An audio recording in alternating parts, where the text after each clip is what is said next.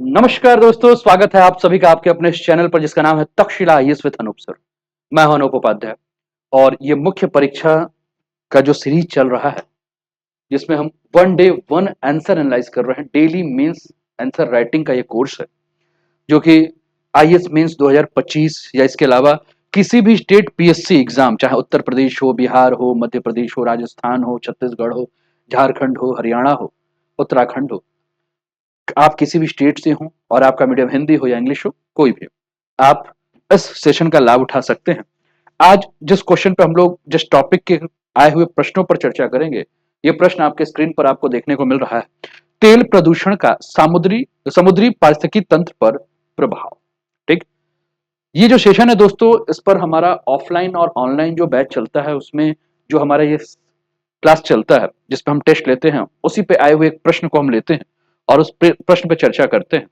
और मान लीजिए कि यही प्रश्न अगर आपसे आपके एग्जाम में पूछा जा रहा है तो आप इसका उत्तर क्या लिखेंगे, आप अपने दिमाग पर जोर डालिए और उत्तर का फ्रेमिंग कैसे करना है ये चीज मेरे साथ आप सीखते चलिए। जैसे कि प्रश्न है, तेल प्रदूषण क्या है, समुद्री पारिस्थितिकी तंत्र पर इसके क्या प्रभाव हैं।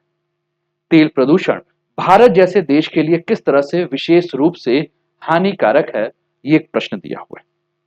बात हो रही है प्रदूषण की, तो इससे आप आइडिया लगा चुके होंगे कि ये जो टॉपिक है वो जनरल स्टडीज का पेपर 3 का टॉपिक है, जिस पेपर 3 में आप या तो इसको एनवायरमेंट एंड इकोलॉजी से भी जोड़ सकते हैं और साथ में ही आप इसे डिजास्टर मैनेजमेंट से भी जोड़ सकते हैं।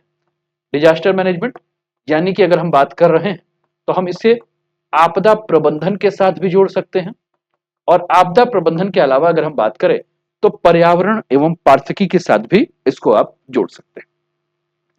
अगर ये प्रश्न आए तो इस प्रश्न को आपको लिखना कैसे है इस पर हम बात करेंगे, क्योंकि इसके पहले के कुछ वीडियोस आपने देखे होंगे जिसपे हम मुख्य परीक्षा के उत्तर लेखन के ऊपर बात कर रहे हैं। तो मैंने पहले भी कहा है कि जब भी कोई मुख्य परीक्षा का प्रश्न आए तो इसे हमें 3 पार्ट में जो है डिवाइड करना है। सबसे पहला पार्ट है जिसको कि हम इंट्रोडक्शन पार्ट कहते हैं, जिसको हिंदी में अगर हम बात करें तो हम उसे परिचय कहते हैं।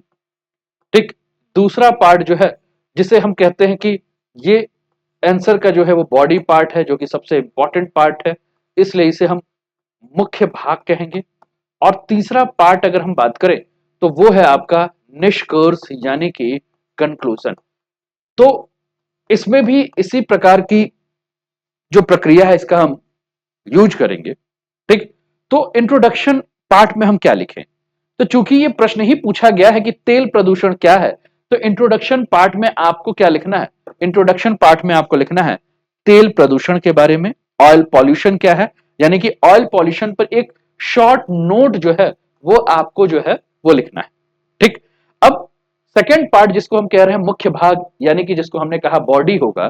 ठीक, इस मुख्य भाग में आपको क्या लिखना है इसके बारे में। अब चूंकि प्रश्न जो है वो तेल प्रदूषण से ही है। ठीक, तो तेल प्रदूषण का सोर्स क्या है ना, स्रोत क्या है, इसके ऊपर हमें बात करना है कि तेल प्रदूषण होता कैसे है, इसके बारे में आपको उत्तर में बताना है। ठीक, यहां तक पहले तो तेल प्रदूषण क्या है, दूसरा स्रोत क्या है। अब फिर हमें आगे पढ़ना है कहां, उत्तर वो प्रश्न की तरफ। प्रश्न पूछ रहा है समुद्री पारिस्थितिकी तंत्र पर इसके प्रभाव क्या पड़ेंगे, यानी कि प्रश्न आपसे सीधे पूछ रहा है कि इसके प्रभाव क्या है, impacts of oil pollution on आपका जो ये इकोसिस्टम है, कौन सा इकोसिस्टम, जो आपका ओशनिक इकोसिस्टम है, मराइन इकोसिस्टम है, उस मराइन इकोसिस्टम के बारे में जो है वो आपसे सीधे प्रश्न पूछ रहा है। ठीक, अब इस पे क्या प्रभाव पड़ेंगे, फिर इसी प्रश्न के आगे बढ़ना है जिसमें बात हो रहा है तेल प्रदूषण भारत जैसे देश के लिए किस तरह से विशेष रूप से हानिकारक है।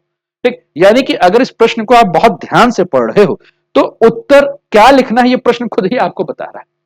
ठीक, यानी कि हमें उन तरीकों के बारे में, क्योंकि ये प्रश्न आपसे तरीका पूछ रहा है, आपसे उपाय पूछ रहा है, तो आपको उपाय बताना है कि तेल प्रदूषण को लेकर भारत जो है वो विशेष रूप से किस प्रकार से उपाय कर रहा है या भारत में ये किस प्रकार से हानिकारक है।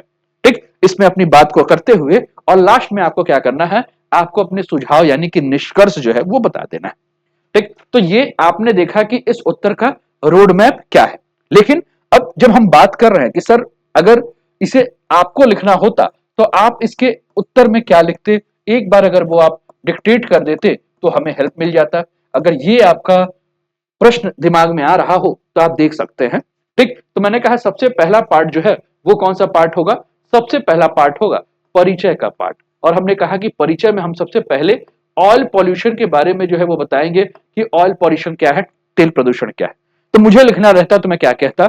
मैं लिखता कि तेल प्रदूषण से तात्पर्य है कि मुख्य रूप से मानव जनित गतिविधियों से, ठीक है ना, मानव जनित गतिविधि यानी कि मानव के द्वारा किया गया कोई भी कार्य, तो मुख्य रूप से मानव जनित गतिविधियों से तेल के पदार्थों का या तैलीय पदार्थों का महासागरों के अंदर प्रवेश, ठीक, जिसके माध्यम से अगर हम बात करें या जिसके परिणाम स्वरूप समुद्री पारिस्थितिकी तंत्र के ऊपर नकारात्मक या हानिकारक प्रभाव पड़ता है। और इस प्रकार का प्रदूषण जो है इसके विभिन्न स्रोत होते हैं और ये प्रदूषण जो है वो कुछ लंबे समय तक चलने वाली प्रक्रिया है और ये अति गंभीर है।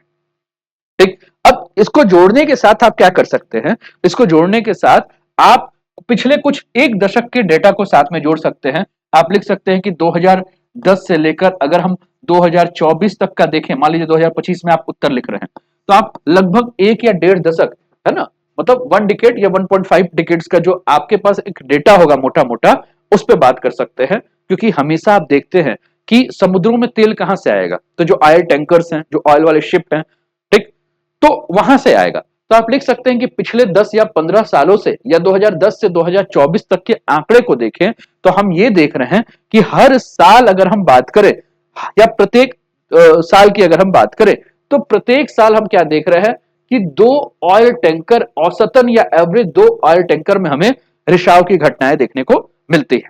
ठीक, यानी कि तेल का रिसाव हो रहा है कहां? ऑयल टैंकर में, यहीं से आ रहा है। अब इसके बाद आपको जो इसी में सोर्सेस के बारे में बात करना है कि सोर्स क्या क्या हो सकता है, तो आप अपने दिमाग में काउंट कीजिएगा कि क्या क्या सोर्स हो सकता है। तो सबसे पहला तेल प्रदूषण के स्रोत अगर हम बात करें तो मान के चलिए सबसे पहले हम नेचुरल रिसोर्सेस पे बात करें, यानी कि सबसे पहले हम बात करेंगे किसके ऊपर कि भैया प्राकृतिक स्रोत कौन कौन से हैं तेल प्रदूषण के, इसके ऊपर हम चर्चा करेंगे। तो प्राकृतिक में क्या आप लिखेंगे? तो प्राकृतिक अगर हम बात करें तो सबसे पहले तो आप देखोगे लीकेज एक सबसे बड़ी प्रॉब्लम है, यानी कि रिसाव एक बहुत बड़ी समस्या है। तो आप इसमें क्या लिख सकते हो? आप लिख सकते हो कि तेल रिसाव की अगर हम बात करें तो प्राकृतिक रूप से कई स्थान ऐसे देखने को मिलते हैं। अगर हम भारत की बात करें तो भारत के जो तटीय क्षेत्र में है वहां निरंतर हम देखते हैं कि प्राकृतिक रिसाव एक बहुत बड़ी चुनौती बन चुकी है, ठीक, जिसका पर्यावरण पे बहुत ज्यादा असर पड़ता है। ठीक, इसके अतिरिक्त अगर हम बात करें तो दूसरा अगर हम देखें तो ज्वालामुखी विस्फोट भी एक कारण है ना, वॉल्केनिक इरप्शन की अगर हम बात कर रहे हैं तो वॉल्केनिक इरप्शन भी जो है वो कहीं ना कहीं ऑयल स्प्लिट्स का जो है, ठीक है, एक बहुत बड़ा रीजन है। तो आप लिख सकते हैं क्या? आप लिख सकते हैं कि ज्वालामुखी विस्फोट के कारण हम क्या देख रहे हैं कि इन गतिविधियों में जहां ज्वालामुखी विस्फोट की घटनाएं होती हैं उन जगह पे तेल के रिसाव हमें बहुत ज्यादा देखने को मिल रहे हैं। इसके अलावा अगर हम बात करें तो तीसरा कारण आप दे सकते हैं कि क्षरण, है ना, क्षरण भी एक बहुत बड़ी समस्या है, जिसमें कि भारत की अगर हम बात करें तो भारत में अगर हम आसाम की बात करें, ठीक है, तो आसाम में हम देखेंगे जिस प्रकार से हमारी भूवैज्ञानिक संरचना है, उस भूवैज्ञानिक संरचना के चलते जो तेल पदार्थ हैं उसके आसपास में जो भी वाटर बॉडीज हैं उन वाटर बॉडीज में जो है वो आपके तेलों का जो है वो रिसाव हो रहा है, जिससे पर्यावरण जोखिम की समस्या जो है वो बनी हुई है। ठीक, इसके अलावा अगर हम बात करें तो मानव के द्वारा अगर हम देखें कि मानव किस प्रकार से जो है इसके लिए बहुत ज्यादा रिस्पॉन्सिबल है, तो मानव के द्वारा भी अगर हम रिसाव की बात कर रहे हैं तो मानव के द्वारा रिसाव कैसे होगा? तो जैसे हमने बात किया कि व्यापारी जहाज जा रहे हैं और व्यापारी जहाजों का जब टकराव हो रहा है तो टकराव के चलते भी हम देख रहे हैं कि जैसे 2 टैंकर आपस में टकरा गए तो वहां भी लीकेज हो रहा है। इसके अलावा उद्योगों के द्वारा आप कह सकते हैं, इसके अलावा समुद्री परिवहन के द्वारा जो है वो आपको देखने को मिलेगा। ठीक है, तो ये सारी बातें जो है वो आप कह सकते हो। लेकिन फिर से प्रश्न पे आइए, और प्रश्न पे हम क्या बात कर रहे हैं? भारत जैसे देश के लिए किस तरह से विशेष रूप से हानिकारक है, और ये प्रभाव भी पूछ रहा है। तो प्रभाव क्या क्या हो सकता है? ठीक है, तो प्रभाव के ऊपर अगर हम बात करें तो कहां के प्रभाव के बारे में बात कर रहा है? तो समुद्री पारिस्थितिकी तंत्र के प्रभाव के बारे में ये आपसे प्रश्न पूछ रहा है। तो समुद्री पारिस्थितिकी तंत्र में क्या होगा? तो एक घटना आपको मैं अलास्का का 1989 की एक घटना के ऊपर मैं चर्चा कर रहा हूं। 1989 अलास्का में जो है घटना हुआ था जिसको कि हम एक्सॉन वोल्डेज तेल रिसाव की घटना के नाम से जानते हैं, जिसके चलते जब बहुत ज्यादा तेल लीक हुआ था तो जो भी समुद्री जीव हैं उन समुद्री जीवों के शरीर में जो है वो क्या हुआ था, तेल पूरा अगर हम बात करें तो पूरा उसके शरीर में जो है वो एक तरह से लिपट सा गया था, है ना। जिससे क्या हुआ, जिससे ये हुआ कि जो भी जलीय जीव हैं उनका दम घुटने लगा। ठीक, तो एक बड़ी समस्या। दूसरा, जब तेल का रिसाव हो रहा है तो बहुत सारे विषाक्त पदार्थ यानी कि जहरीले पदार्थ जो हैं वो कहां आ रहे हैं, समुद्र में। और ये जहरीले पदार्थ कहीं ना कहीं जो है वो क्या कर रहे हैं, जो भी जलीय जीव हैं उनके हार्मोन्स में डिसबैलेंस कर दे रहे हैं, यानी कि हार्मोन में असंतुलन पैदा कर दे रहे हैं। और हार्मोन में जब असंतुलन पैदा कर रहे हैं तो स्वास्थ्य की समस्याएं जो है वो देखने को मिल रही है। ठीक, तो मैंने जो बात की, अगर मानव के ऊपर इसके पारिस्थितिकी तंत्र का जो प्रभाव अगर हम बात करें तो सबसे पहला अगर हम जो डिस्कशन किए, हमने कहा क्या कि शारीरिक क्या है, एक दम घुटने के बारे में बात कर रहे थे। ठीक, दूसरा अगर प्रभाव के बारे में अगर हम बात कर रहे हैं तो हम क्या कह रहे हैं, विषाक्त प्रभाव हो रहा है, यानी कि जहर की बात अगर हम कर रहे हैं तो जहरीला प्रभाव हमें देखने को मिल रहा है। तीसरा अगर हम बात कर रहे हैं तो हम क्या देख रहे हैं, तीसरा मानव के स्वास्थ्य के ऊपर इसका क्या प्रभाव पड़ेगा। अगर ये प्रश्न आपको दिया है तो मानव के स्वास्थ्य पर प्रभाव के बारे में अगर हम देखेंगे तो क्या हो रहा है, तो हम जान रहे हैं दोस्तों कि इसमें मानव जो है वो समुद्र से जो पाए जाने वाले जो भी जीव हैं, है ना, उन जीवों के ऊपर निर्भर है ना, जैसे मछलियों के ऊपर। तो कई बार ऐसा है कि अगर ये मछलियां इस प्रकार के जहरीले पदार्थों का सेवन करती हैं तो कहीं ना कहीं मछलियों के माध्यम से जो फूड चेन है, जो खाद्य श्रृंखला है, उसके माध्यम से मानव के भी शरीर में जो है ये पदार्थ पहुंचेंगे और इससे समस्या जो है वो हमें देखने को मिलेगी। ठीक, इसके अलावा अगर हम बात करें चौथा, तो प्रजनन के ऊपर भी जो है वो आपको असर देखने को मिलेगा, है ना।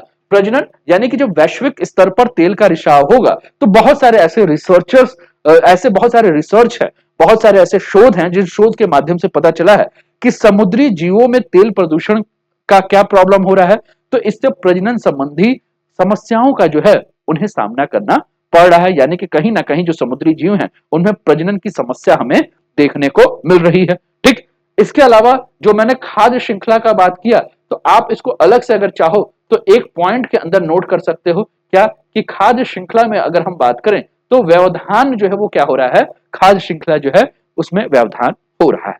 ठीक है, तो ये सारी बातों को जो है वो आप क्या कर सकते हो, इसमें लिख सकते हो। लेकिन चूंकि आपको यहां निष्कर्ष भी बताना है, ठीक है, कि कैसे इसका जो है इस समस्या का समाधान करना है, तो निष्कर्ष के ऊपर अगर हम बात कर रहे हैं तो निष्कर्ष आप क्या देंगे, तो सबसे लास्ट पॉइंट इसके ऊपर अगर हम आ रहे हैं, कंक्लूजन पे अगर हम बात कर रहे हैं तो कंक्लूजन में आप क्या लिख सकते हो, तो सबसे पहला कंक्लूजन क्या होना चाहिए, अगर इस प्रकार का कोई भी प्रॉब्लम हो रहा है इसका मतलब है कि जो रूल एंड रेगुलेशन है, जो नियम है वो बहुत ही ज्यादा लचीला है ना। इसलिए नियम क्या होना चाहिए, सख्त होना चाहिए। ठीक, पारदर्शी नियम होना चाहिए, जिससे कि अगर तेल रिसाव की घटना हो रही है तो उसका जो है खामियाजा जो मतलब जिनके कारण इस प्रकार की घटना हो रही है उनके ऊपर जो है वो कड़े प्रावधान लागू किए जाए।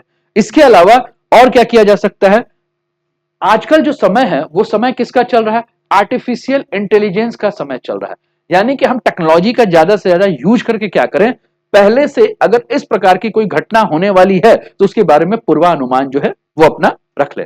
इसके अलावा तीसरा क्या है, तीसरा जो है कि इंटरनेशनल फोरम पे अगर हम बात करें तो इंटरनेशनल फोरम पे सारे देश जो है वो एक साथ मिलकर जो है वो अंतरराष्ट्रीय रूप से एक दूसरे को सहयोग करें, जैसे ग्लोबल मैरीटाइम फोरम जिसमें वार्षिक आपका सम्मेलन होता है ना। तो इसमें क्या होता है कि जहां भी कोई क्षेत्रीय चुनौतियां हैं, और खासकर क्षेत्रीय चुनौतियां अगर मैराइन इकोसिस्टम से लेकर है, समुद्री आपकी जो पारिस्थितिकी तंत्र है उससे लेकर कोई समस्या है तो उस पर लेकर बात करें।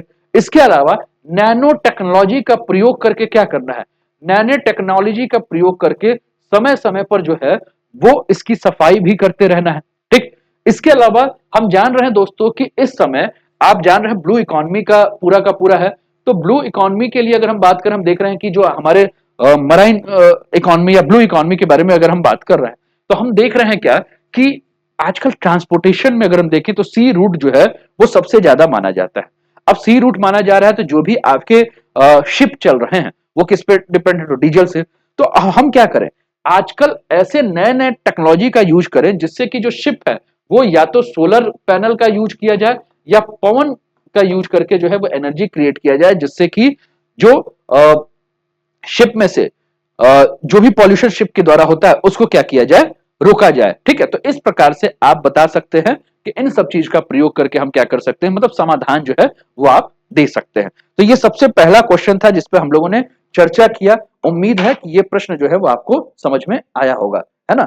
तो इसको बताइए कैसा लगा, अपना फीडबैक जरूर दीजिएगा, और चैनल पर पहली बार है तो चैनल को सब्सक्राइब करके बेल आइकन दबा दीजिएगा। कॉपी अपना अपने पास रखिए, क्वेश्चन देखिए, नोट डाउन करते चलिए। ठीक, चलिए। और इसके बारे में और भी अधिक जानकारी चाहिए कि अगर हमें जमा ज्वाइन करना है तो आप ऑफिस का जो ये नंबर है, इस नंबर पे आप व्हाट्सअप करके या कॉल करके जो है वो जानकारी ले सकते हैं। मेंटोरशिप प्रोग्राम के बारे में आप जानकारी ले सकते हैं, या मेंटोरशिप प्रोग्राम के अलावा अगर हम बात करें तो अगर आप टेस्ट सीरीज ज्वाइन करना चाहते हैं, किसका, मेंस का, तो इसके बारे में भी आप जानकारी ले सकते हैं। उम्मीद है कि ये आपको टॉपिक समझ में आया होगा। जय हिंद, जय भारत।